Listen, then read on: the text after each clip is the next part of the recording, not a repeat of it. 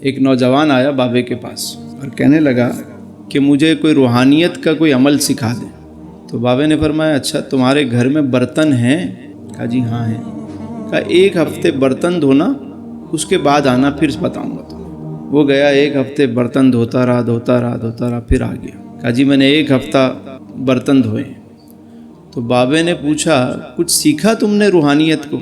کہنے نہیں، بات تو کوئی سمجھ نہیں آئی۔ کہنے لگے یہی تو روحانیت تھی۔ یہ بتاؤ کہ جب تم برتن دھو رہے تھے تو برتن کو باہر سے زیادہ دھوتے ہیں یا اندر سے زیادہ دھوتے ہیں؟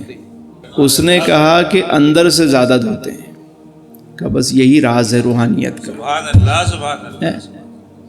اندر سے جتنی دھلائی کرو گے نا، یہ برتن جتنا اندر سے صاف ہوگا اتنا چمکے گا یہ۔